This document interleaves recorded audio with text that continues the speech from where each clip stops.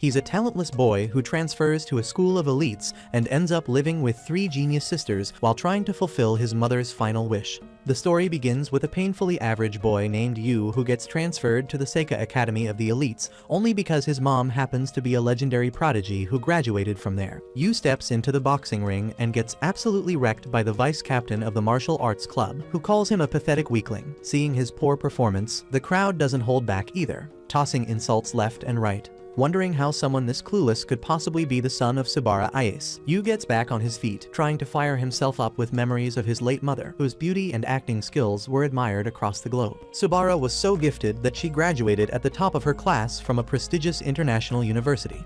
His opponent, in a strange twist of encouragement, tries to stir something inside Yu, claiming that the school's 3 royals are waiting to witness the hidden power within him.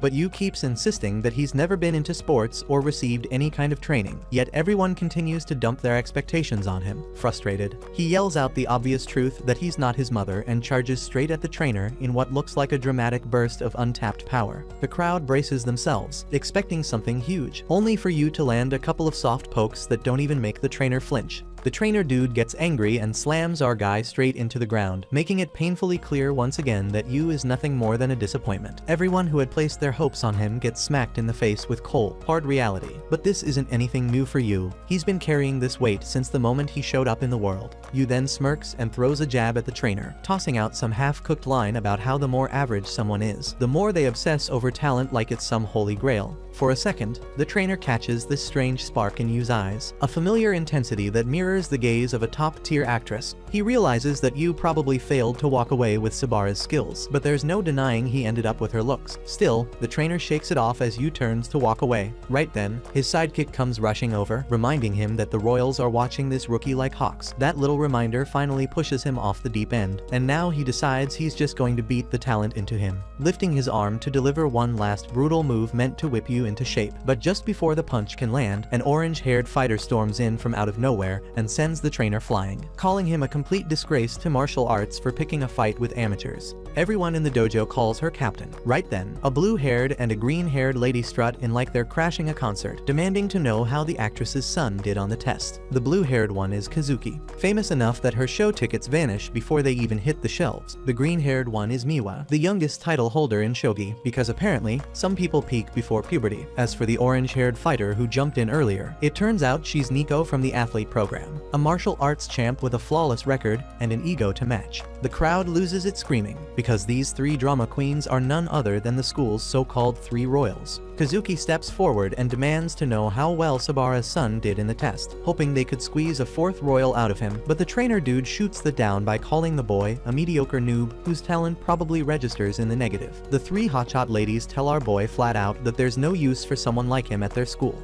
Yu pulls out a shiny paper and tells them he couldn't care less because he has already made up his mind to join the general education program. The 3 ladies look like they've just heard a myth because none of them even knew their school had such a thing. And before the boy can walk out of there with whatever dignity he has left, he ends up being dragged into cleaning the dojo since losers apparently scrub floors. By evening, when Captain Nico and her squad show up at the dojo for their training session, they all scream like they saw a ghost because the place is actually spotless for once. Apparently, the trash dwellers have never seen the dojo this freakishly clean. While heading back home, Yu quietly wonders how he has never once denied being a disappointment. Ever since he was a kid, he craved the kind of praise his mother used to get. But it didn't take long for him to figure out that while his mom was a walking prodigy, he was just some average nobody. As he tried every possible talent he could get his hands on, he slowly ended up pushing himself further away from his mom. There was this one drama she acted in where she played a housewife, and even though that was way too low profile for someone of her caliber, both Yu and his mom adored the show. When his mother got hit with a terminal illness, the two talked about how their favorite part of the show was the bit where each episode ends with a family dinner.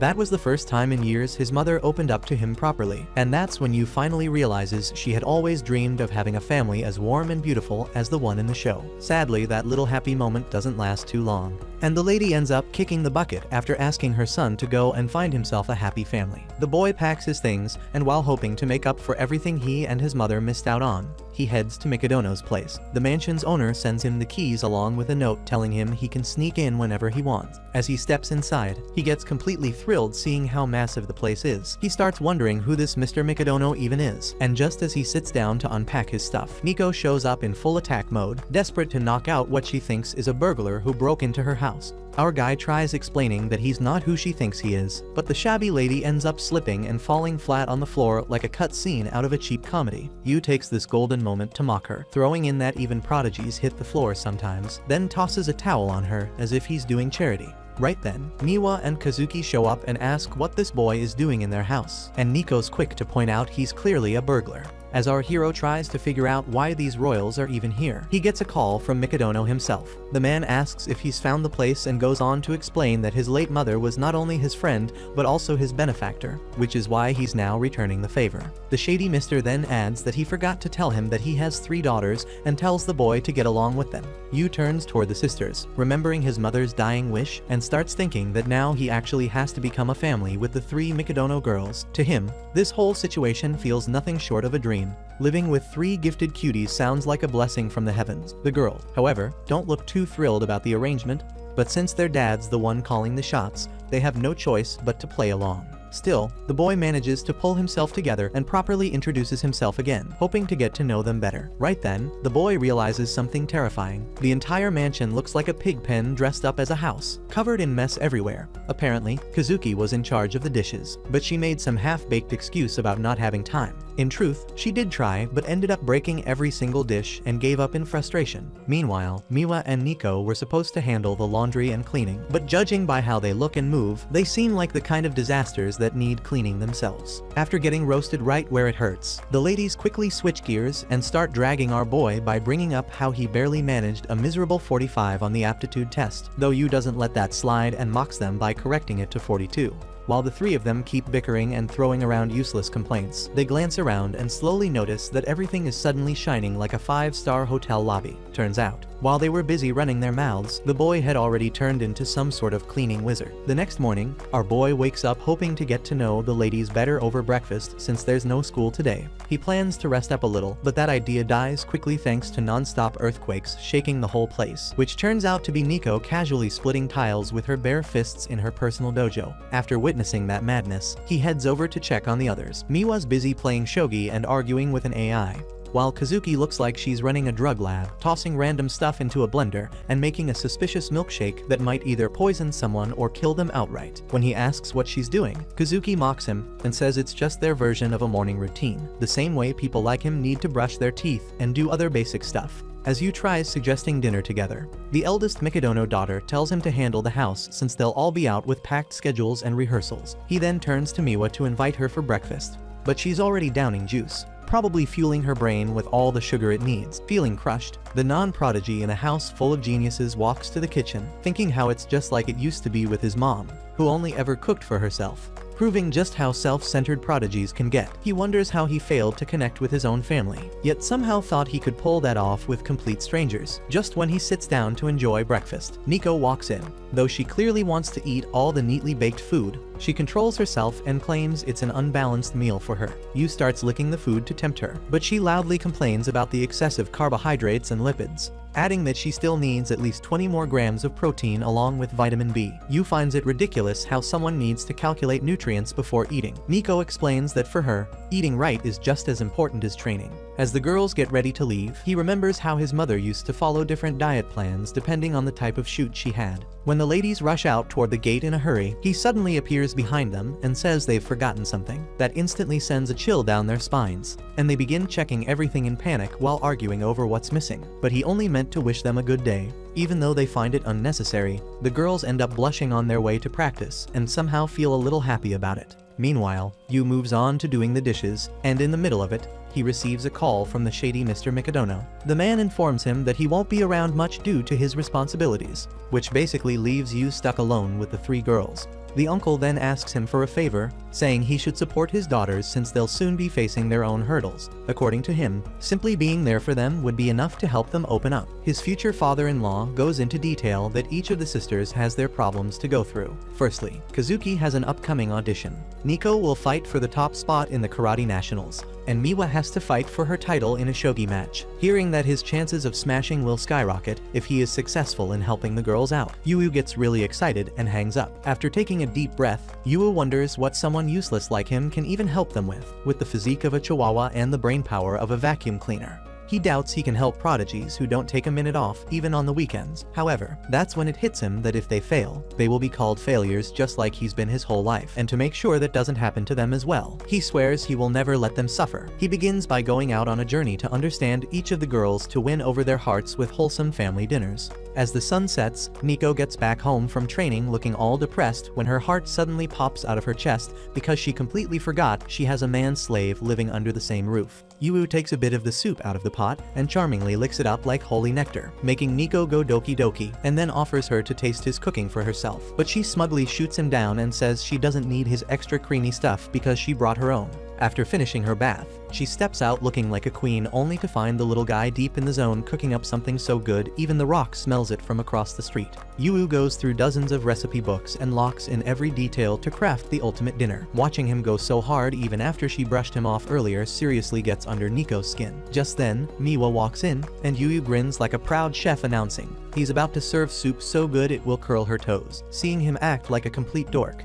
the girls assume he's just running his mouth again. That's when Nico remembers the old days when the sisters had a private chef cooking 5-star meals with premium ingredients, but even 5-star refused to eat that fancy slop because it seriously lacked nutrients, and she only eats what's good for her body. Later that night, the redhead is in her room chugging down Taco Bell like a starving African when curiosity finally wins her over. So she sneaks into the kitchen, sees Yu isn't there, and spots a fine feast waiting on the table. That's when Yu jumps out from behind and hits her with a surprise nutrition attack and drops facts like the meal's packed with protein, vitamins, and minerals more than enough to get ripped, plus his secret sauce to help it all go down smooth. Overwhelmed by the stats, she admits defeat and Yu collapses because he is drained from talking to a diet expert the entire day just to craft the perfect dinner for her. Realizing how much effort he put in, Nico turns redder than a ripe tomato and finally sits to give it a try. The second it hits her taste buds, she tells him to pass her compliments to the chef. Yu, meanwhile, starts to wonder if he really can tame her with food the way he tames cats in Minecraft,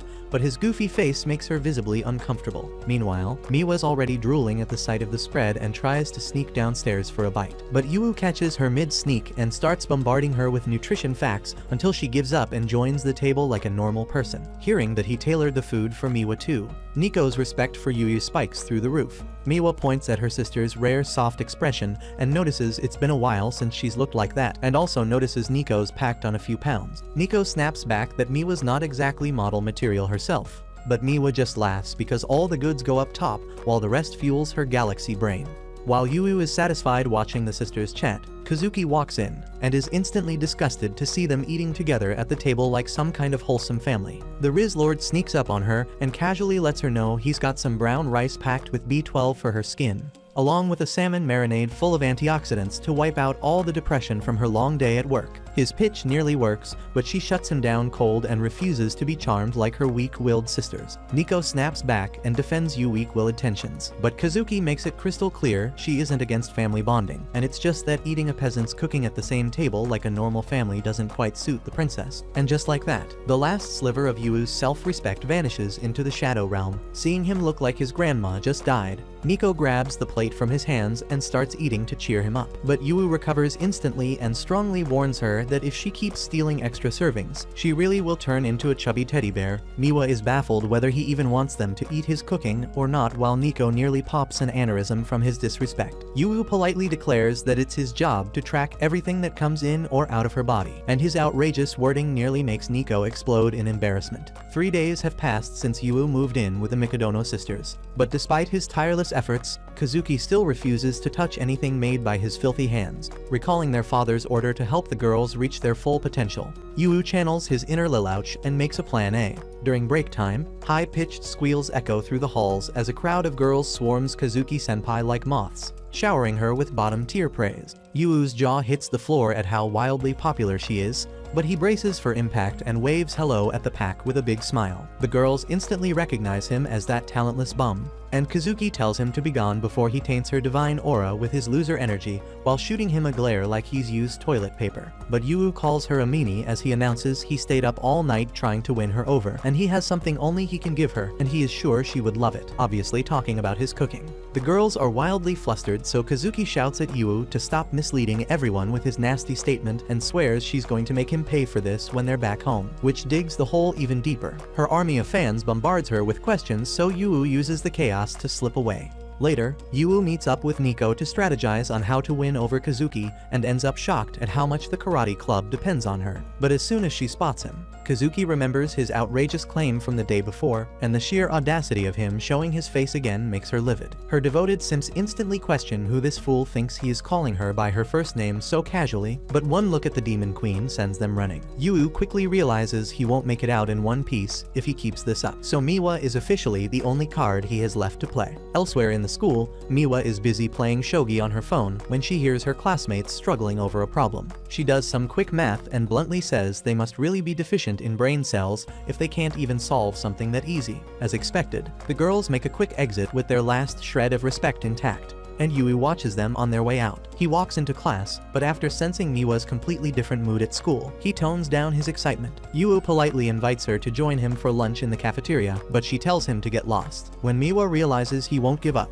she power walks out of class, and he keeps following her around the school. He stubbornly chases her even after she insists he leave her alone, and before they know it, she's laughing happily as she runs away like it's a game of tag. After playing around, the obviously not athletic duo pants like dogs with asthma, and he points out that she seems like the silent kid in class. Hearing that, she confesses that the low-wit conversations of average high school girls are too hard to relate to because she is one of the royals. When Yu says he can relate, she stares in raw confusion at how that's even possible. Sitting down with peak confidence, he says he's also pretty royal, or rather royally short, intellectually disabled, and a royal failure despite the charming looks he inherited from his amazing mother. He tries to explain to her that being different is not really a bad thing, and in the middle of his motivational TED talk, Yu forgets what he was even talking about, which really gets on Miwa's nerves. But after roasting him for a bit, she calls him a baka, her little baka. While eating lunch, Yu tells Miwa he's looking for a way to win Kazuki over because he's running out of straws to grasp. So she tells him that when she was 3, she saw her sister really happy when their mother made a meal special just for her. But that's pretty much all she remembers, which leaves Yu utterly shocked because his goldfish brain can't even remember what he did 5 minutes ago. But with that one clue, he gets back into the kitchen and starts theorizing what dishes her mom used to make for her. Just then, Kazuki appears from behind, looking like a zombie, and when he asks her a question, she falls with a heavy thud because she has a really bad fever. Later in her room, the princess argues it really wasn't a big deal, and that she was just tired. But Miwa gets third-degree burns just touching her forehead, and Nico tries to slap a cooling pad on her while the stubborn sister fights back. That's when Yu shows up with a bowl of porridge, which makes her so angry she throws all of them out before crying alone in bed over her frail body. Yui realizes she knows how easily she gets sick and still continues her rehearsals without fail. He leaves the porridge at her door, but after the second time she sends it back, he barges into the ungrateful gremlin's room and gets chewed out by her. But on her way to kick him out, her knees give out and she falls in slow motion while he just stands there ready to become her human cushion. She then asks him why he won't leave her alone, and Yu fires back that he wants her to get well soon so she doesn't miss rehearsals, and even offers to give her private classes. Kazuki seriously doubts his skills, but he brags that he debuted when he was 2 and asserts dominance as her senpai with 4 years of seniority. After going over the script, he takes the role of the princess while Kazuki plays the prince. Although the moment the first line more stiff than morning wood leaves his mouth, she slams the door in his face. Our boy tells her he was just warming up before he admits that his mom got him countless auditions and he failed every single one. That makes her really angry, and she tells the Nepo baby he'll never understand what hard work feels like. But he returns the next day after rereading the script, only to get rejected again. On the third day, he comes back after practicing 10 times, but his horrendous acting makes her ears bleed. The day after, she angrily tells him to stop nagging, so he admits defeat, while she remembers the high expectations of her acting team to carry the film with her flawless performance. Kazuki decides to get out of bed instead of wasting time, but when she sees Yu practicing in the living room, it's a real shocker how much he still sucks even after all that effort, and that makes her smile. The next morning, she gets to hear his NPC tier acting again, but this time she decides to play along. In that genuine moment, Yu delivers some brilliant acting that shocks them both. He tears up over finally making his mommy proud crowd after 14 years of failing, and Kazuki is refreshed to see the goofball getting so happy over a single line. That makes her so happy she tells him she'll let a peasant like him serve her a meal, but on one condition. Yu asks what it is, but she acts super shy like she's about to show him her browser history in incognito mode, and then suddenly blurts out a list of things she doesn't want to eat, which makes Yu realize she's too embarrassed to admit she's a picky eater. The following day, Miwa and Nico have seizures in sync as they watch Kazuki calmly eat Yuo's cooking with satisfaction and think the end times are coming. Yu compliments her for finishing her soup like a good girl, but she says she'll eat anything if it doesn't have carrots. That's when he whispers he put shredded carrots in it the whole time and leaves her quivering. Taking a seat, he finally breathes a sigh of relief after finally succeeding in hooking the sisters on what he cooks. However, he is hit with a big surprise the next day that they won't be needing him to cook for them, because the girls will be out most of the day practicing for their big day, so he awkwardly wishes them a good day while feeling like a housewife who just got divorced. Still, that's nothing new for him, since his mother was also out for months at a time, though that's exactly why they didn't get to become close like they wished. Once again, he gets hit with a vibe check that the distance between geniuses like them and no lives like him is too big, and even though their father asked him to support them, he's lost on what to do. Staring out the window, he recalls a memory of a little note his mom wrote in the hospital, saying she wishes for him to have a happy family, and that's when he realizes he doesn't even know what a happy family is. Suddenly, he remembers the show in which his mom starred as the loving mother of a family show with zero drama and pure wholesome family-friendly goodness. He binges through 6 volumes in one sitting, and the part comes where his mom plays the happiest part of her life, her wedding, but it hits him that all of this is scripted, and the real family he's stuck with is the complete opposite of what she wished for him.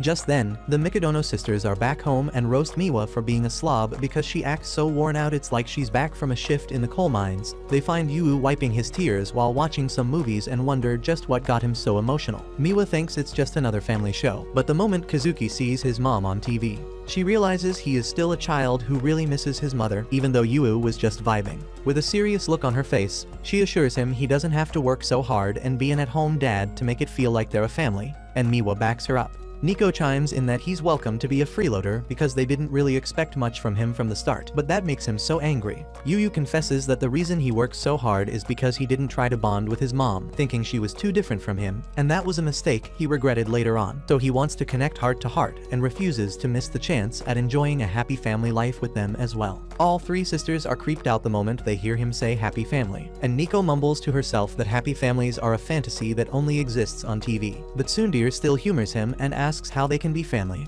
All the while the protagonist on TV proposes to the heroine and kisses her, making the audience squeal. After watching that, Yu feels the Mikadono sisters pierce his soul with their stare before going full panic over the little man's crazy plan. Kazuki is in denial. She actually fantasized about getting married for a sec, while Nico tries to convince herself she'd rather train than marry a failure, and Miwa thinks she got brainwashed by the stupid love scene. Right then, Yu declares that he's already made his choice and says Nico's name. Leaving her frozen in place, he hypes it up and states they have to know each other's birthdays. The 3 sisters short circuit as he explains Nico's in the same grade, so as family he should know whether she's his little sister or an Ara-Ara-1-san. That baffles the girls again, and they tell the freeloading peasant to stay in the trash where he belongs. Later in the bath, Nico is still flustered during her bath when she hears his low testosterone scream echoing from the kitchen. She rushes out thinking someone broke in, only to find him devastated because there's no bread left for sandwiches. Nico snaps at him to stop crying over things as tiny as him, but when she realizes she's basically naked,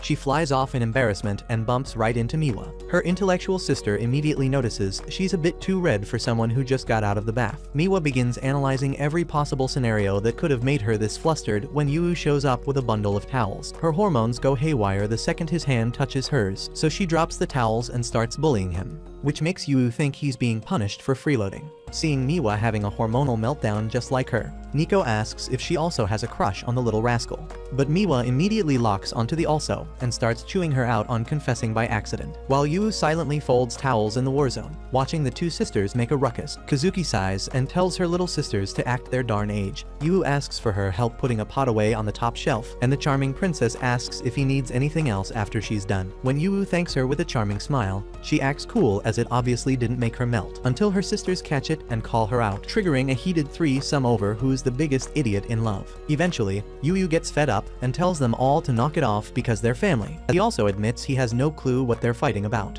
which leaves the girls staring at him in raw disappointment. After they leave, he sighs and then notices they've left the entire living room in shambles. While cleaning up, Yu quietly reflects that real life will never be as perfect as it looks on TV. Even then, the dinner they shared is a memory he'll always treasure. He finds himself wishing for a happy life with them. And that's when he stumbles across an unexpected treasure, a photo of the Mikadono trio as adorable little kids. He instantly overdoses on the cuteness and wonders how they went from that to what they are now. He wishes he could take a new photo of them under the cherry blossom tree and decides to ask around about who forgot the picture. But when he checks with the sisters, all three immediately slam the door in his face. That only fuels Sherlock Holmes' suspicions that one of them is hiding something. And if someone's holding on to this photo, it means deep down one of them misses the good old family days just like he does. However, the next morning all three sisters go their separate ways, shutting down his private investigation before it begins. Still, he's impressed to learn that these prodigies travel all over the country and decides to dig deeper into where their events are being held. And that's when he hits the jackpot. Later that night, Yu warms up some milk to help Kazuki sleep better, but Miwa and Nico look visibly annoyed because they forgot to book a hotel room. Right on cue, their knight in shining sarcasm stuns them by revealing he already booked a hotel for them. He hands them 2 separate maps and cheekily wishes them a happy stay because he picked out a 5-star place for them.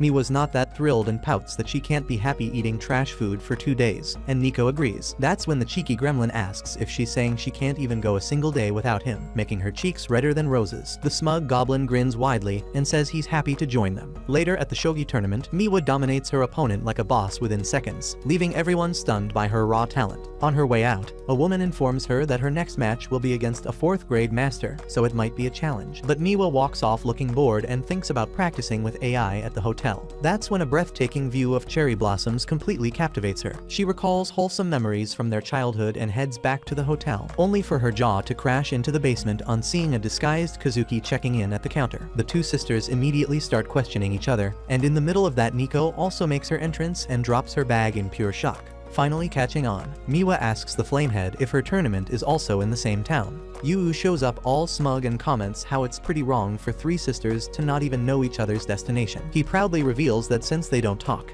he made time for them to do exactly that. The sisters start raging when they learn he booked them into the same room. But Yu just pretends he's done them a huge favor by giving them a chance for a classic girl talk all night. Putting that aside, they ask what he's doing here, and Yu declares himself their official guide for the festival, while secretly scheming to take a family photo whether they like it or not. However, the sisters gang up on his dumb idea, so he tries to convince them there's a famous shrine they can visit to pray for luck. Nico shoots him down, saying she's not a failure like him who needs luck. But Yu argues that even top prodigies from Hollywood go there because faith unlocks a whole new level of confidence. Plus, it's a great way to blow off steam from their depressing routines. He finally wins them over by mentioning the fresh seafood since it's an oceanside town, and that leaves the girls, especially Kazuki, with no choice. She says it's all for her Insta page and suggests they go shopping for some tasteful drip. With that, they head to a kimono store Yu looked up beforehand, and the shopkeeper ladies are dazzled by the 3 legends suddenly appearing. They get excited and choose a mature style kimono for Kazuki to match her grace, while Miwa picks a kitty-themed one to suit her playful personality. But when Yu turns to find Nico, she's still sitting there looking annoyed,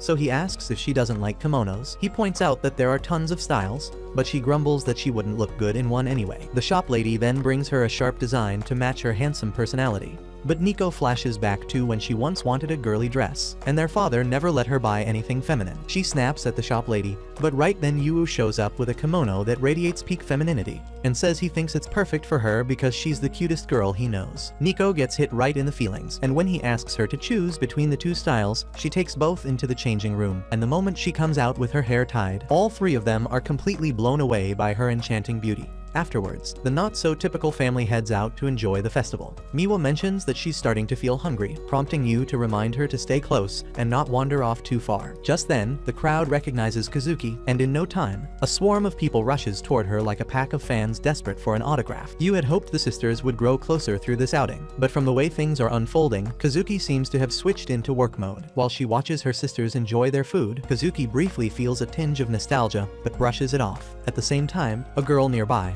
who clearly has no interest in Kazuki, urges her friend to hurry up and follow her. However, as she turns away, her sandal breaks and she starts falling forward. Before she hits the ground, Kazuki catches her and ends up impressing even the ones who weren't her fans. Carrying the girl in a princess lift, she helps her find a place to sit down. Meanwhile, Yu is having a hard time trying to keep track of Kazuki in such a chaotic crowd. After Kazuki escorts the girl to safety and starts wandering around with a trail of fangirls behind her, she suddenly gets shoved straight into the bushes by someone she instantly suspects to be a kidnapper. Turns out, the so-called kidnapper is none other than our boy. The blue head gets ready to raise hell, already puffing up with rage, demanding an explanation for whatever that was supposed to be, but before she can start ranting, he calmly shuts her up and tells her to just dig into the food he brought so she can actually enjoy the festival. She argues, of course, and turns her face away like a sulking cat, insisting he can't always bribe her with food. But our guy isn't backing down and points out that he saw she hurt her foot. Without wasting time, he checks it and finds out it's actually a pretty bad injury. While carefully wrapping it up, he drops a few wise words about how she doesn't need to fit into anyone's expectations and should just be whoever the hell she wants to be. The redhead finishes bandaging her foot with that calm, no-nonsense touch, while she sits there silently blushing like a confused middle schooler. Meanwhile, Nico and Miwa are trying their best to enjoy the day, but it turns out the orange head is hilariously hopeless at festival games. Her face turns redder than a boiled tomato as she keeps failing to catch even a single salmon, flailing around like she's fishing with her eyes closed. Just then,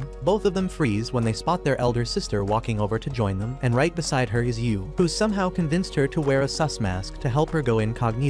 Yu then suggests a match, teaming up with Kazuki, while the other side gets stuck with Nico and Miwa. Nico immediately takes a jab at her sister, saying she should wear that creepy smiley mask all the time since her usual face looks like she's ready to kill someone. Kazuki smiles under the mask, and the match kicks off. Yu ends up snapping his fish-catching paddle first, followed by Miwa, who instantly cries foul play and accuses her sister of cheating since she hasn't even chipped hers yet. Things spiral fast, and the challenge turns into a full-on sibling brawl. Yu backs off, figuring this might be a rare bonding moment in disguise, and dashes off to check out some grand competition happening nearby. Apparently, the task is to hop across lotus-shaped platforms and make it all the way to the Torii Gate, which honestly looks like a rigged game for superhumans. The winner not only gets a ridiculous amount of luck, but also an awkward selfie with the shrine's golden guardian. The hosts are dead serious too, claiming that setting the selfie as your phone wallpaper boosts your luck, and even throwing in a weird guarantee. Yu scrolls through the old festival photo of the sisters and realizes this is the same competition where they once won and got that statue shot. Inspired, he decides to recreate that scene, hoping he can somehow pull off the impossible and make it to the finish line himself. Before Yu can even make up his mind, the crowd's already going wild, with people rushing in to win that cursed selfie with the statue. One after another, they fail miserably as some of the lotus platforms just dip and sink the moment someone steps on them. Turns out, you've got to find the lucky path of leaves to make it all the way to the gate without ending up soaked, which basically makes this whole thing feel like a live-action version of Fall Guys. People keep leaping and falling, making it slightly easier for the next batch to guess which platforms might actually hold up. The more they fall, the clearer the path becomes, but the hosts just keep grinning like evil game show villains. According to them, this challenge is so ridiculously hard that no one's managed to clear it for the past 10 years, and the last ones to actually make it were none other than the three prodigy sisters themselves. Just then it becomes Yu's turn to join in, and he goes under almost instantly like the universe had it out for him from the start. Even though the rules clearly allow people to try again, most of them quit after realizing it's probably not worth wasting their time for a glorified photo with a golden toy. But Yu stays stubborn and keeps flinging himself into the water. The poor kid wrecks his face, but there's not a chance he even thinks about backing down, even as night falls and the rain begins to hammer down like some divine sign to quit. Yu still refuses to admit defeat. The hosts eventually try to talk him into giving up, saying it's not really about effort, but just pure dumb luck, and they even offer to let him snap a photo without technically winning. But Yu ends up thinking about how the sisters probably won by moving together like one unit with perfect timing, and that memory convinces him to push through no matter what. He keeps launching himself onto those shaky platforms and somehow manages to reach the gate this time. The hosts applaud and finally invite him to take the selfie, but the redhead bolts off instead, shouting something about needing to go grab some people first. As he runs off to find the Mikadono sisters, an announcement rings out about the festival ending early due to heavy rain. Realizing he's too late, he drops flat on the floor, feeling useless. The voices of the three girls echo in his head, remembering how he had dragged them here in the first place, assuming they must have stormed back to the hotel and that he'd be left behind once again. But as he shuts his eyes and opens them, he finds the three prodigies standing right in front of him with their umbrellas. They ask why he never came back and why he's now drenched and covered in mud. Yu says he figured they would have ditched him, but the girls respond that they aren't that heartless. They ask him to lead the way back to the hotel, calling him their festival conductor, and even let him share their umbrella, explaining how only 3 were left at the stall and they couldn't get a 4th one. Eventually, the 3 sisters end up arguing over who gets to share the umbrella with Oliver. Miwa wins the rock-paper-scissors match and takes the spotlight. After returning and finishing their baths, the girls check on their personal conductor and find him looking like a total mess. They ask if he's planning to skip bathing altogether, and that's when the redhead sheepishly admits he forgot to book a separate room for himself. Now, all the nearby hotels are full, and he has nowhere to stay. Smiling awkwardly, the boy says he'll just crash at a cafe. The sisters stare at him, realizing he's hopeless, and just as he's about to leave, Kazuki stops him and pulls him into their room. They all argue about how it would be a disgrace to their name and profession to let a kitten catch a cold in the rain outside. Nico even points out that since they already live together, handling this once wouldn't be a big deal. The next issue that pops up is that there's no robe for the boy to wear, since the hopeless loser forgot to bring one too.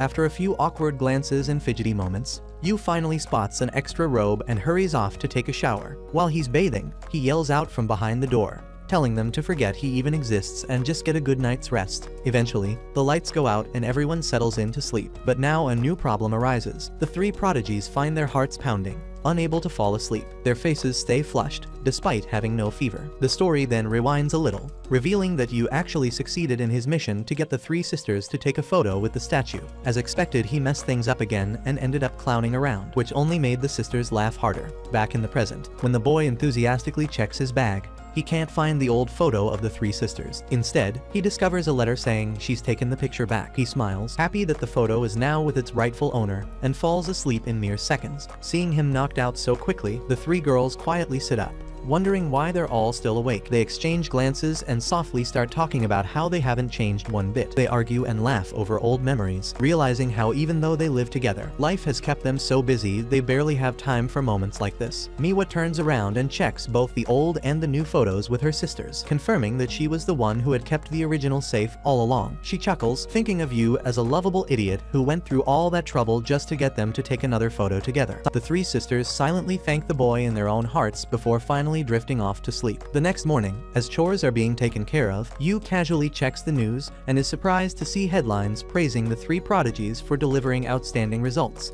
despite having spent the previous night completely goofing around. The next day, while sitting in his class, Yu fantasizes about how he will prepare dinner for the three sisters once he returns home. He spends the entire day shopping for ingredients and then heads over to the Mikadono mansion just as the sun is about to set. When he opens the gate, he finds that the three sisters are already back home earlier than expected. He also notices a pair of shoes that he does not recognize. As he walks in, he sees the three sisters standing politely in front of a man sitting calmly on the sofa. The moment feels a bit intense as Yu wonders who the person is, but the moment he hears his voice, he immediately realizes it belongs to Mr. Mikadono and quickly greets him, introducing himself properly. Mr. Mikadono expresses his condolences for what happened to Yu's mother, but assures him there is no need to worry because as long as he is around, her talents will always live on. Yu finds these expectations too overwhelming for someone like him, and then looks at the Mikadono sisters as he wonders why they all seem so serious. Mr. Mikadono then shifts the conversation and coldly asks Kazuki for her performance report. She quickly explains that her routine is jam-packed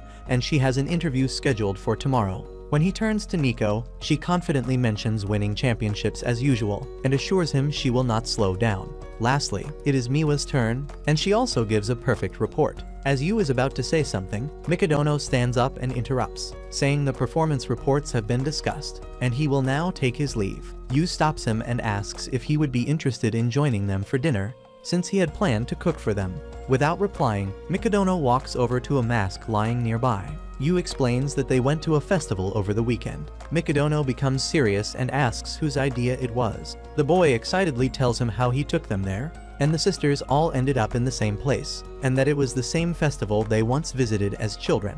Mikadono lifts the mask near his face, then scolds Yu for interfering with his daughter's success. Yu talks about the good luck they received from the visit, but Mikadono dismisses it, saying he believes only in hard work and not in luck. He walks up to Yu and harshly reminds him how useless and miserable he is despite being the son of a talented actress. He breaks the mask in half and calls Yu an average nobody, claiming that talentless people have no place in his home. As he continues to insult him and grabs him tightly by the shoulder, the sisters finally stand up for Yu.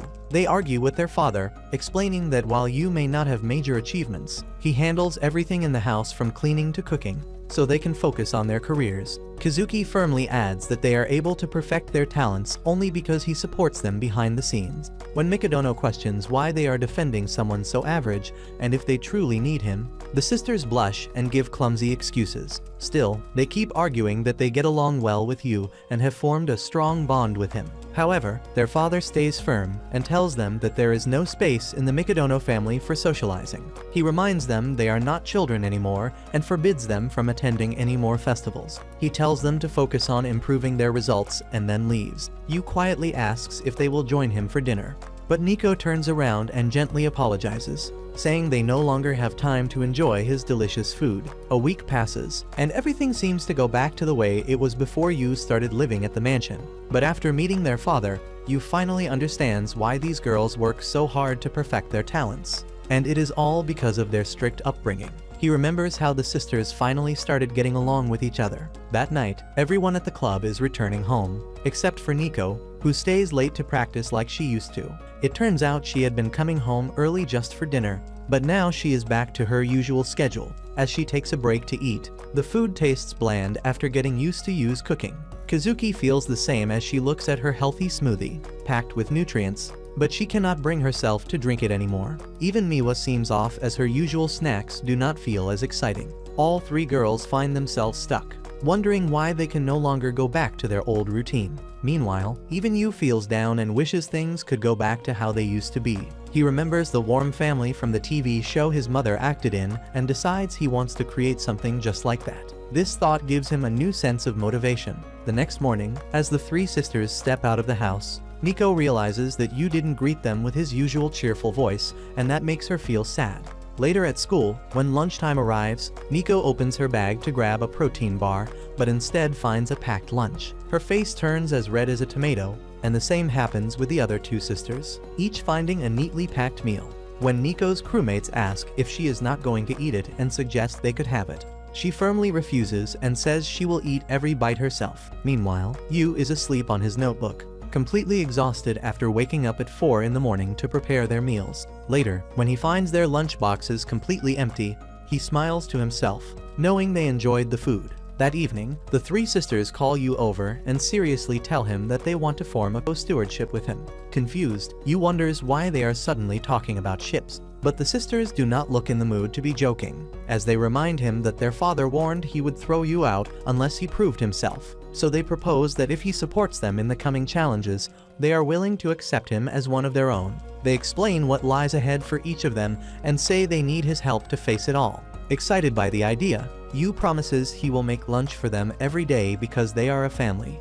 But the sisters correct him and explain clearly that he is only a supporter. The next day, just as the Mikadono sisters are about to leave for the day, Yu hands them their packed lunches. Kazuki informs him that they will be returning home around 7 in the evening, so he can get dinner ready for them as well. He sends them off with his usual warm wish, and for some reason, that simple gesture makes all three of them blush like hot tomatoes, almost as if everything feels just right in that moment. Later during practice, Kazuki wears a wig and awkwardly tries working on her feminine side. But just then, two women suddenly appear and end up scaring the life out of her. While Nico is in the middle of practice, her phone rings and she quickly answers, only to hear that her trainer has just returned from an overseas tour and wants to meet her. At the same time, little Miwa is deep in her own training session, but ends up being knocked down by her trainer. Her trainer calmly reminds her that the time is coming when she'll have to finally choose which path she truly wants to follow. By the time the Mikadono sisters return home later that evening, each of them has a lot running through her mind. But as soon as they enter the house, they find Yu clumsily running on top of a flour bag.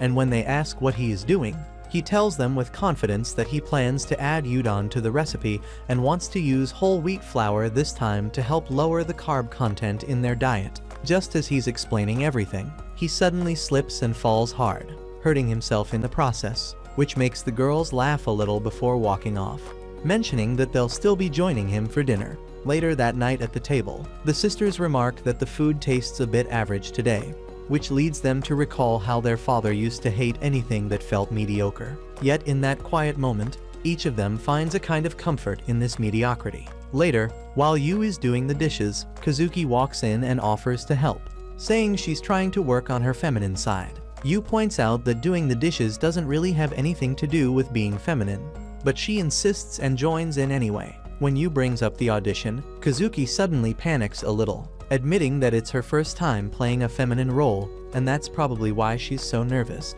Just then, she notices bandages on Yu's hand and asks what happened. Yu explains that he's not very good at cooking and ends up burning himself pretty often. The two continue chatting casually for a bit until Yu suddenly slips and ends up with a nosebleed. Kazuki quickly rushes to help but ends up slipping too, landing right above him in what almost looks like a kiss. She quickly gets up, and while Yu starts apologizing, she brushes it off, saying it was just an accident. Later, while taking care of his nosebleed, Yu cannot help but feel sorry for the girl as she literally kissed a guy with a bleeding nose. Yet she does not seem bothered at all, which makes him realize she must be used to scenes like that on stage. Still, he feels bad for himself too, knowing his first kiss ended up tasting like blood. On the other hand, when Nico mentions it might rain, Kazuki turns on the TV to check the weather, only to find a kissing scene playing instead. She quickly turns it off and tells Nico to check the weather online instead. After that, she comes across Miwa and says her jelly looks tasty.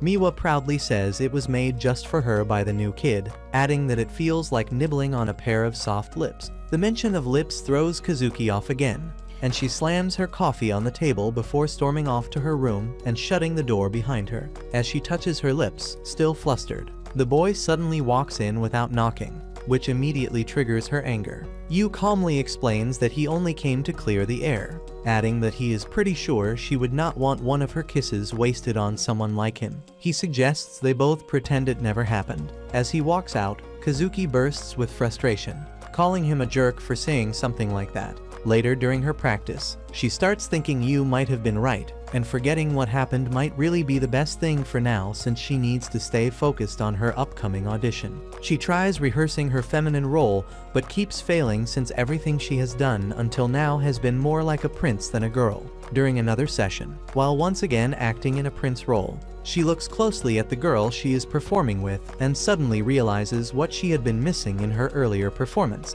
Just when the scene leads into a kiss, her mind flashes back to her earlier accident, and she jumps back, completely embarrassed. Her director immediately stops her and asks what is going on, reminding her that whatever happens in her personal life will eventually affect her performance on stage. Later that night, Kazuki walks up to Yu and tells him that her practice has gotten tougher lately, so she needs him to make her some stamina-boosting meals. As Yu gets up and closes the curtains, she suddenly asks if he is free this Sunday. After he confirms, she steps a little closer, and in an awkward moment, she looks him in the eye and confidently tells him that she wants him to go on a date with her this Sunday. Yu blushes when he hears it and starts wondering if he has gotten himself into this situation because of that kiss. Meanwhile, the two other sisters eavesdrop, and both of them turn red as they clearly begin to feel jealous. Miwa finds it hard to believe that what she is hearing could actually be a real date, but Nico tells her to stop overthinking things, since it really does sound like an actual date. Both of them begin to question if Yu is okay with this arrangement, and then quietly return to their rooms. Once they leave, Kazuki hands Yu a poster for a heroine audition and begins to explain how she has always been cast in male roles throughout her life, which has now made it very difficult for her to act like a proper heroine. She also shares how her tutor once told her that her personal life would eventually affect her performance. Yu quickly picks up on what she is trying to say and realizes that Kazuki wants them to go on a pretend date, so she can get a better feel for acting like a girl. He happily agrees and tells her with a smile that he is all hers. Kazuki asks him not to let the other two find out and firmly warns him not to have any wrong ideas. Yu tells her to take it easy and adds that if she really wants this plan to work, the date needs to look completely real, so he promises to take her on the best one he can manage. On Saturday morning, while Yu is busy with his cleaning chores, Nico walks up to him and casually asks if he has any plans for Sunday. Yu lies to her, which instantly makes her furious. She becomes jealous, thinking that the date might be something very serious, and that must be the reason why Yu is trying to keep it hidden. Even Miwa seems unable to shake off the suspicion. That day, after she and Nico returned to their rooms, Miwa quietly sneaked back and overheard the last part of Yu's conversation, where he told Kazuki that he would take her on an awesome date. That night, during dinner, the entire atmosphere feels strange and heavy. Yu gives Kazuki a subtle wink, hoping to signal that he is fully prepared for the next day. However, the moment is caught by the other two girls, who suddenly begin to radiate a powerful aura. It completely scares the crap out of you and leaves him wondering if they are preparing for some grand event or match that has them all worked up and serious. As the scene shifts, it is already time for the date, and Yu stands waiting for Kazuki to arrive. Meanwhile, Miwa and Nico sneak behind some nearby bushes, unable to focus on their own tasks. They have even gone as far as putting on silly disguises in an attempt to stay hidden. They watch the boy with envious eyes and feel annoyed at how cheerful he looks. Just then, Kazuki arrives dressed in a completely feminine outfit, which instantly makes Yu's heart skip a beat. She begins by asking if she is late, sounding a bit too much like a boy, and then quickly slaps herself as she realizes it and tries again with a more delicate, girlish tone. This time, she refers to him as Yu instead of the usual new kid, which thrills him so much that he eagerly asks her to keep calling him that even once their little date is over. The two head first to the aquarium, unaware that the jealous sisters are secretly tailing them. Watching from a distance, the sisters fume at how stunning Kazuki looks in her feminine attire. While descending the stairs, Kazuki messes up again and instinctively offers her hand to Yu like a gentleman. After a few steps, Yu catches on and asks her to redo the moment, this time properly. As they sit down to enjoy the water show, Kazuki can't stop wondering whether she is acting cute enough. She quietly questions herself, unsure of what men even find adorable. Then, when a sudden splash hits the front rows, she reacts by shielding Yu with her arms, once again stepping into her prince-like role. Yu sighs and gently tells her she got it wrong again. To make things even more awkward, the crowd cheers and tells Yu how lucky he is to have such a cute girlfriend. But Kazuki doesn't feel cute at all, acting the way she just did. What should have been the perfect date starts falling apart bit by bit. They keep messing things up, like not knowing who is supposed to carry the shopping bags, and Kazuki ends up with sore feet from the fancy female sandals she is not used to wearing. The two girls, still spying from the shadows, find the entire scene painfully cringe and hard to sit through.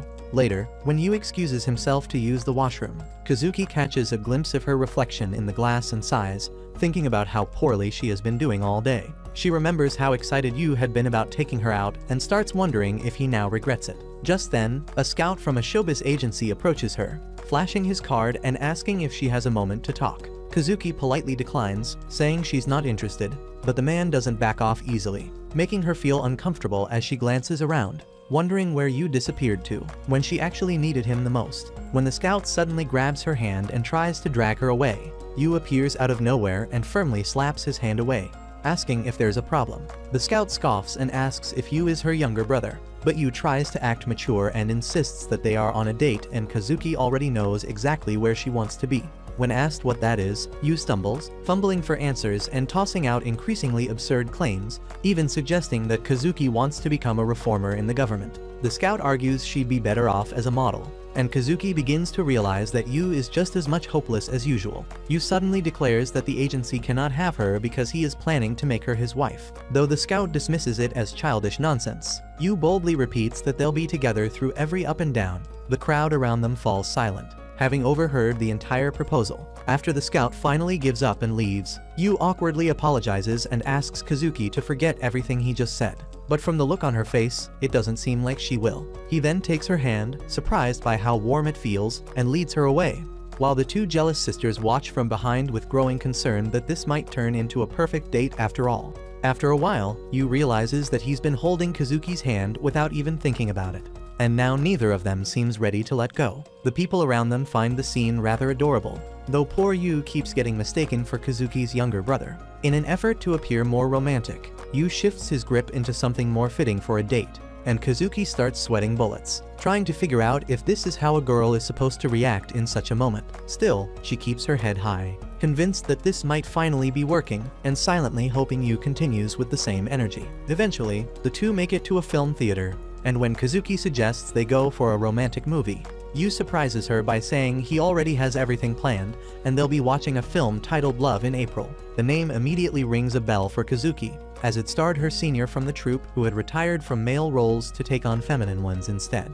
This particular movie had marked her senior's first performance as a full-fledged heroine, and Kazuki had always avoided watching it, fearing it might reveal how the transition had gone. Yu cheerfully tells her that the movie stars a former troupe actor and that he hopes she'll learn something useful from it. Unfortunately, as the film ends and they walk out of the cinema, the reactions around them are far from kind. Everyone seems to be complaining about how awful the lead heroine was and how she didn't come across as cute at all. Hearing those remarks, Kazuki suddenly recalls her father's intimidating words about how a true prodigy must be able to handle all kinds of roles with grace and success, and the weight of those expectations begins to make her feel deeply uneasy. Meanwhile, Yu begins to realize just how badly he's messed up, especially after Kazuki's senior delivered such a disappointing performance in the movie, likely making feminine roles seem even more daunting for her. He mentally kicks himself for being so thoughtless, and even the two spy sisters, still tailing the couple from a distance, can tell that the mood has soured. They wonder if Yu will be able to salvage what's left of the date. Later, Yu takes Kazuki to their final stop, which is a Ferris wheel, and insists that she join him despite her hesitance. Surprisingly, the sisters are somewhat impressed by how he's trying to cheer her up, thinking that he's handling things more smoothly than expected. Just then, they overhear two boys passing by who argue that any guy who proposes at the top of a Ferris wheel always wins his love. All three girls blush, and before Kazuki can process the thought, Yu gently pulls her into the ride. Inside the cabin, Kazuki reflects on how Yu might have gone overboard and recalls how different she has always been from other girls her age. Her tall height pushed her into modeling early on, and she was recruited by the troupe at just 6 years old. While she initially enjoyed the work, over time, it became a series of achievements she was expected to fulfill. Eventually, failure stopped being an option, and the pressure mounted when her father insisted she take on a feminine role. She pictures herself failing and concludes that no one stands beside a failure, convincing herself that maybe it's better to withdraw from the audition entirely than to risk disgrace. Just then, her gaze shifts to Yu, who is literally on vibration thanks to his fear of heights, especially with the see-through glass floor beneath him.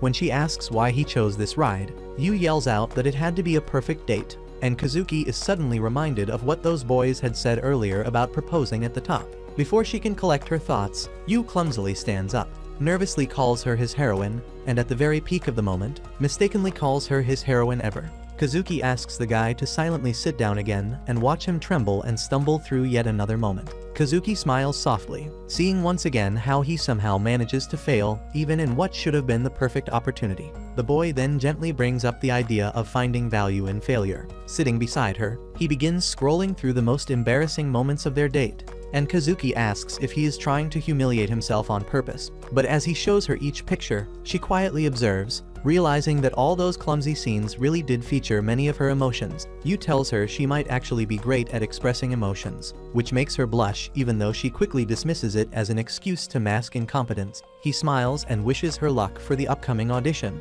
and though she smirks in response, when the two step out of the Ferris wheel, almost glowing, the spying girls start to worry about what exactly happened up there. On their way back, Kazuki thanks Yu for the date, admitting that until now, she had always performed according to what others expected from her, but now, for the first time, she feels free to perform in a way that feels true to herself, knowing that there may be people out there who might even come to love her flaws. Yu reaches for her hand and tells her to remember this day, but Kazuki pulls her hand away, firmly stating that she does not rely on him to pass her audition. A few steps ahead, she suddenly turns around, and just as the spying sisters start to panic over the possibility of a kiss, Kazuki leans close to Yu and softly whispers that the kiss they had earlier was actually her first, and she cannot pretend that it never happened. Yu starts apologizing again while the two sisters freak out behind the bushes, desperate to know what she just said. Kazuki then calmly removes her wig and declares the date officially over, explaining that she has to return to the theater for rehearsal.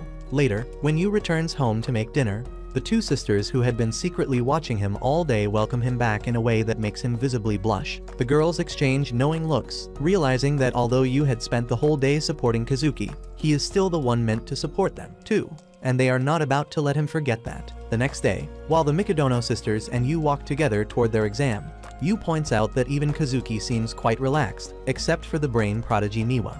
Kazuki replies that she doesn't like cramming at the last minute during exams, though Nico seems to be doing exactly that. When Miwa mocks Nico about her poor grades, Nico offers a lame excuse that she spends all her energy on her muscles. Yu then offers to help the martial arts prodigy with her studies, and the two end up awkwardly close because they are in the same class, which makes all three sisters blush. While Yu is explaining the meaning of the word suddenly to Nico, he is suddenly shoved aside by a thief who snatches a lady's handbag and makes a run for it. Yu tries to chase after him and literally begs him to stop, but his painfully slow pace only amuses the thief. Just then, Nico appears in front of the man and lashes out with a kick. the thief, however, appears to have trained in martial arts during his youth and uses those skills to deflect her strikes with ease and even attempts a counterattack. While Yu grows worried for Nico, the other two sisters remain calm as they are certain that their sibling will not be defeated so easily. Using a wall to spring herself forward, Nico finally lands a solid kick and slams the man to the ground. She picks up the stolen handbag and tells the thief that he is an absolute disgrace to martial arts. Meanwhile, a crowd gathers around her, and some people begin to recognize her as the martial arts champion. Nico returns the handbag to its owner, and while she tries to hide a bruise, Yu comes rushing over, digging quickly through his bag to find a bandage.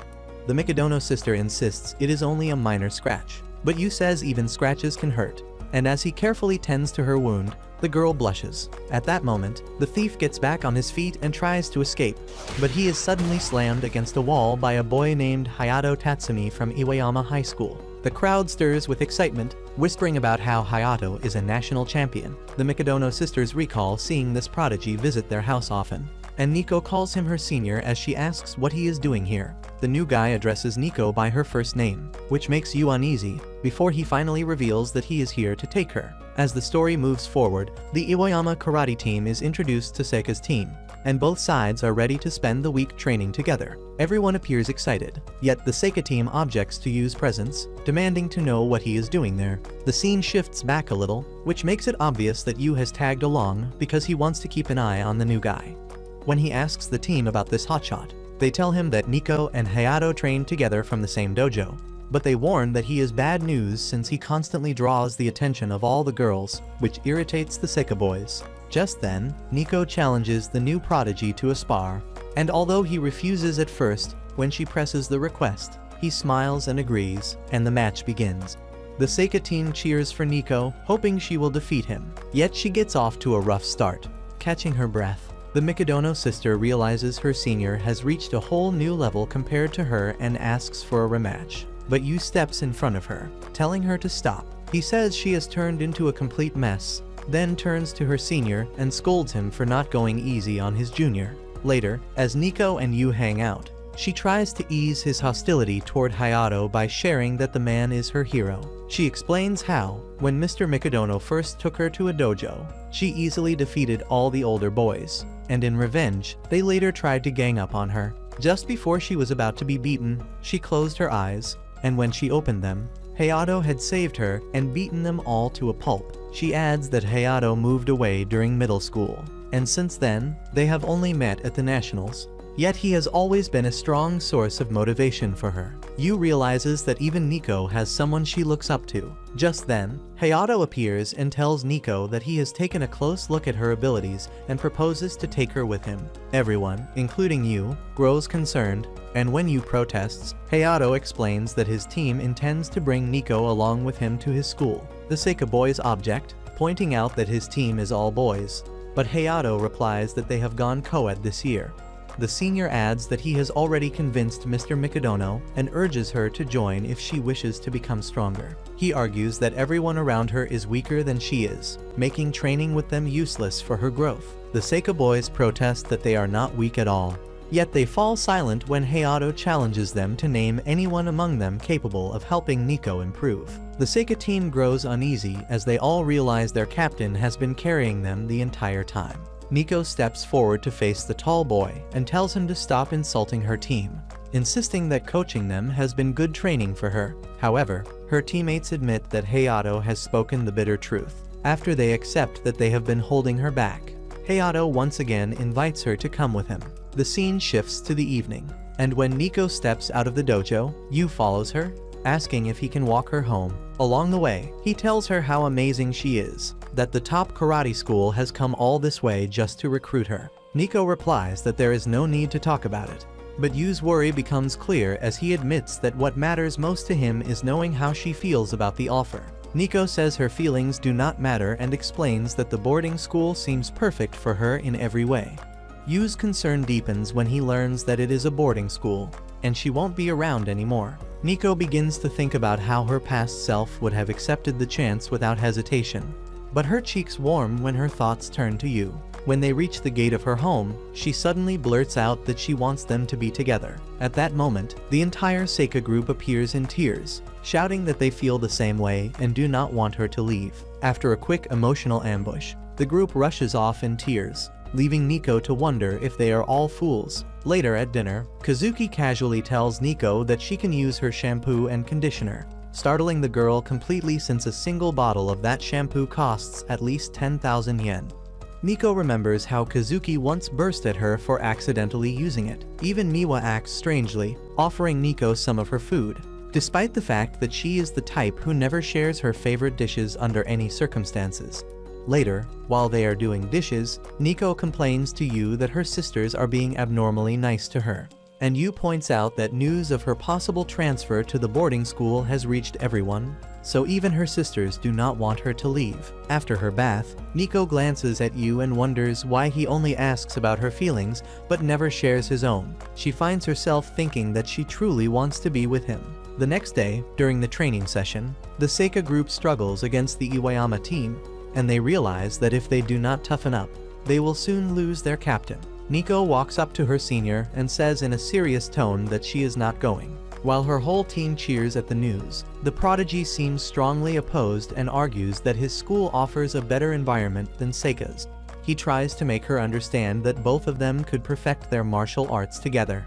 But Nico stands her ground, and when he asks her for the reason, she only blushes. Hayato tells her to come to his school after the joint practice is over, saying he has always thought she was more than just a normal girl. At that moment, a cabinet shakes open and Yu suddenly launches out from inside, startling the guy from the Seika group. Acting with unusual seriousness, he says he has made up his mind as well. He argues that Nico will not have to leave the school if there is someone whose skills are greater than Hayato, and then he challenges the prodigy out of the blue. He puffs out his chest and thumps it like a gorilla as he declares his feelings that he, too, wants to be with Nico. His words make her blush, and Yu announces that he will win for her no matter the cost. Everyone watches him with a flicker of hope for a moment before they come back to their senses and realize that it is simply impossible. They try to convince the boy to at least look at the size difference, but when they see his determination, the whole Seika group begins to support him, saying he is the son of Subaru Ice and might have a trick up his sleeve. When Hayato hears that Yu is the son of the great prodigy herself, he smiles and remarks that Seika Academy seems to attract prodigies.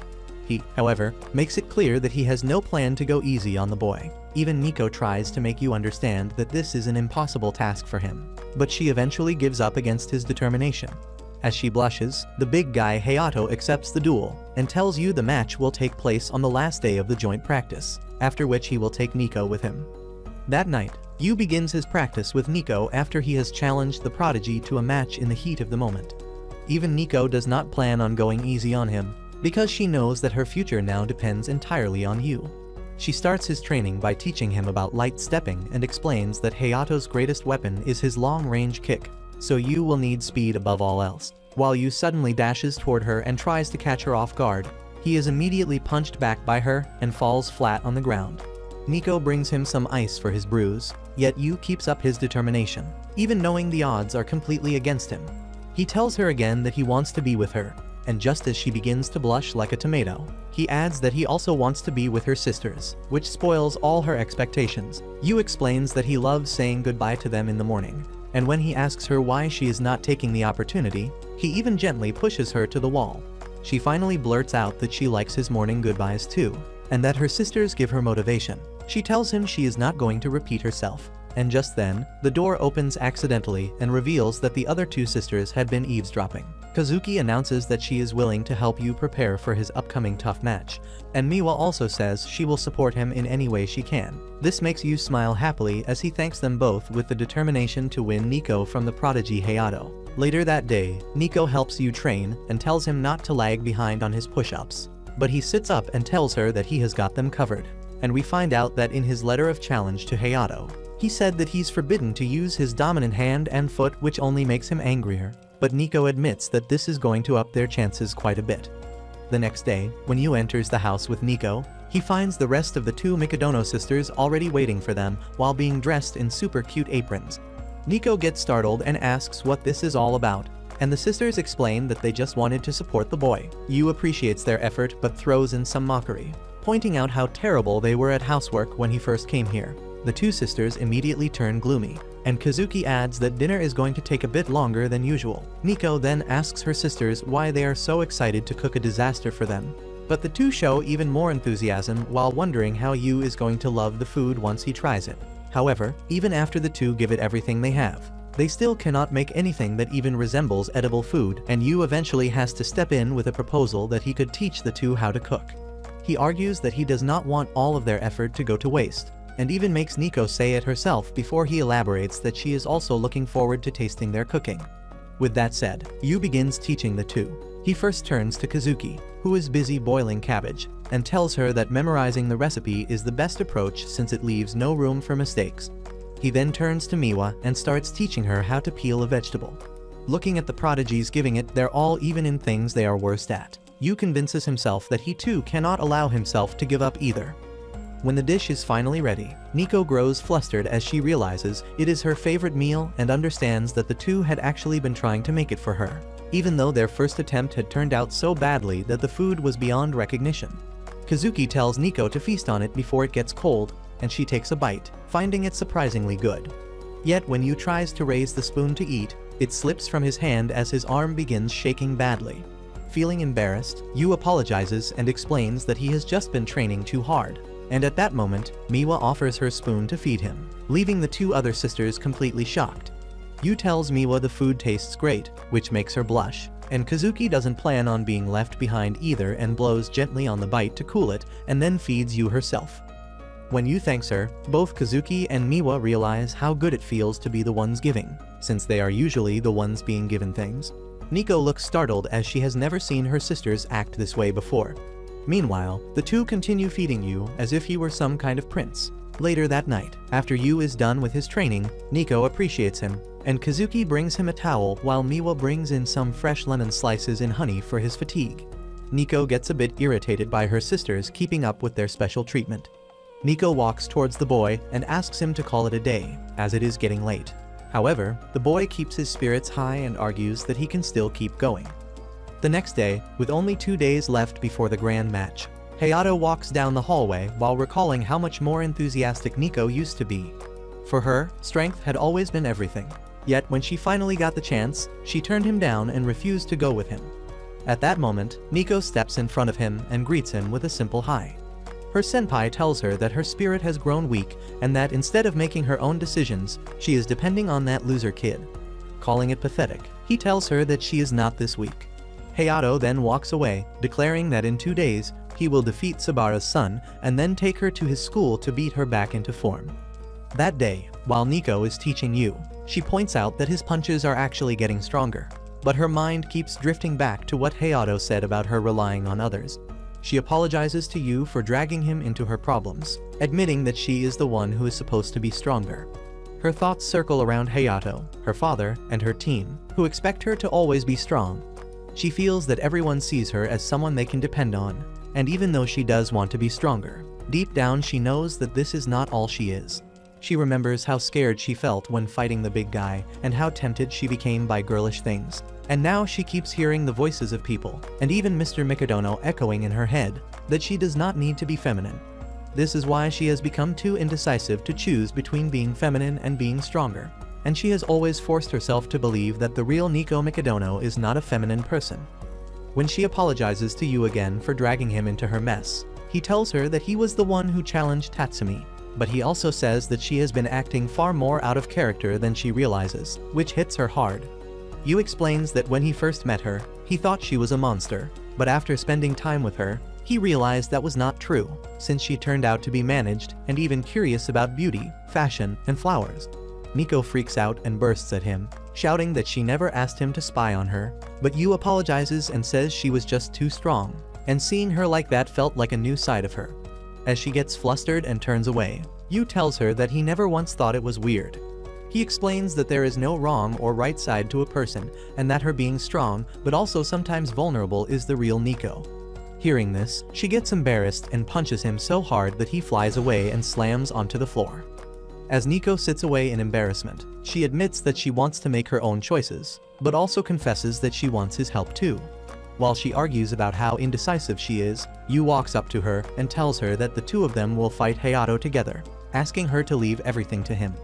The next day, both Kazuki and Miwa rush through their rehearsals, eager to finish quickly so they can come straight to watch Yu's match.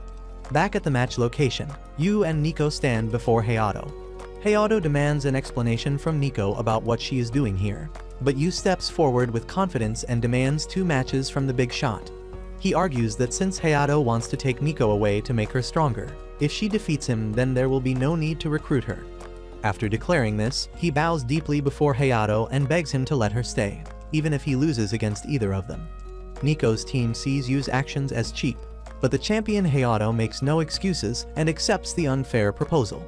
As the crowd begins talking trash about Yu, Nico grows worried and tells him he is making himself look like a villain in front of everyone. Yu, however, pays no attention, saying this is all part of his plan to protect her. Yu explains to Nico that he will be the one to go first, and that his goal is to hurt the champion enough to give her a lead. Nico puts it into clearer words, asking if he actually means to be a sacrificial lamb. As the match is about to begin, Yu's hand starts trembling with fear, and Nico quickly rushes over, holding his hands as she tells him to stop being scared. When Yu steps into the battlefield, Hayato vows to take Nico with him. But Yu shows no fear as he declares that he will prove the results of training with Nico for an entire week. Yu manages to raise everyone's hopes, and just when it feels like something might actually happen, those hopes are crushed as the boy is beaten to a pulp instantly. People, however, do not blame him since he had trained for only 1 week. Yu makes his way back to Nico and apologizes for losing so miserably. She tells him it was the right choice to let her in and admits she realizes that he truly put in real effort throughout the whole week. With that, Nico walks onto the battlefield for her match and feels a surge of determination when Yu tells her to do her best. As the fight begins, Nico lands the first blow and starts off strong with her incredible speed. She knows that the only way to win is to get closer to her senpai, and she even manages to apparently push Hayato onto the defensive. Her teammates cheer with excitement, and the one with gray hair randomly nicknames her the Thunderbolt of Seika. Nico begins to worry as she wonders why her senpai is fighting only on the defensive. It feels to her as if he is shouting that he can already predict her every move. At that moment, Hayato smiles and lands a solid middle punch on her. While watching her fight, Hayato thinks about Nico's style. He knows how quick she is and that her karate form is a perfect textbook example of how to fight. But the problem is that she never strays from convention, which makes her far too predictable. Nico attempts an upper kick, but she fails, and Hayato immediately scores another point with a second middle punch, leaving her only 1 point away from defeat. Losing her confidence, Nico hears Hayato telling her that this has been enough embarrassment for her and asking her to go with him already. Just as she is about to admit defeat and let go of her dream, Yu shouts out to her, and he has even managed to create an instant cheerleading team, convincing the Seika group that it is important for her to win. Startled by this, Nico argues at first, but then she realizes this kid has always been this weird, and she actually laughs as she thinks about it.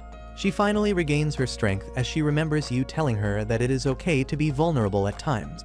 Finding her true self, she feels a new sense of confidence, and even Hayato notices that something about her has suddenly changed. When Nico charges at him this time, her moves turn unpredictable, and she manages to land an upper kick with a clever feint. Following that, she fakes a straight jab, suddenly leaps up, and uses a backhanded blow before flowing right into another unconventional move. Even Team Seika looks startled since they have never seen Nico pull off tricky moves in a match before. Yu watches her smile during the fight as she brings the score level with Hayato. Just then, her sisters arrive, worried about how things will end, and as they step in, Hayato realizes that this is no longer the same Nico. But Nico assures him that this side of her is her as well.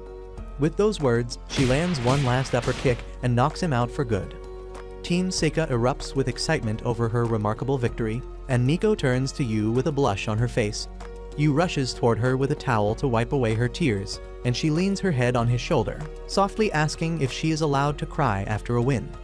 That evening, as Hayato once thought she should attend Hayato's school, he now sees it isn't necessary.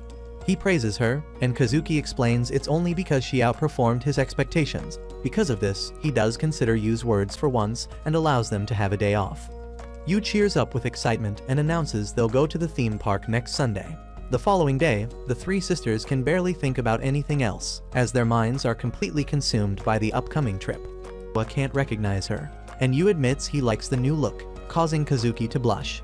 Just then, the third sister appears, more stunning than ever, and everyone stares at her. Kazuki teases like they are, and Kazuki looks back at them as she is determined to be the first to win Yu over because of the dark and tells her to watch her step too. Just then, hands suddenly pop out from the wall, and he freaks out instantly, leaving Kazuki to play the comforting role she originally wanted Yu to peacefully wait outside, worried that Kazuki would cling to him at every opportunity. But when they fuck, and instead of blushing, Kazuki looks paler than a ghost. Yu apologizes to Kazuki for looking like an idiot, but admits he's glad she came with him, saying that clinging to her back calmed his nerves. Kazuki miserably loses the fight, ending up blushing first, while Miwa and begins planning how she will try next to win Yu's heart. A while later, when they reach the roller coaster, Yu asks Miwa if she wants to ride, and she quickly agrees, though she admits she isn't very good with scary rides and asks him to sit with her. Kazuki argues that she also wanted to go, but once again, he is nowhere to be seen. When she looks around, she finds him lying down on a bench and rushes over, asking why he's just lying there. Yu admits that he's always been a chicken. None of the sisters managed to succeed in any of their schemes, and it was finally time to head back home. Go back just yet. But that's where this video ends. Remember to like and subscribe to the channel. Thanks for watching, and I'll see you next time.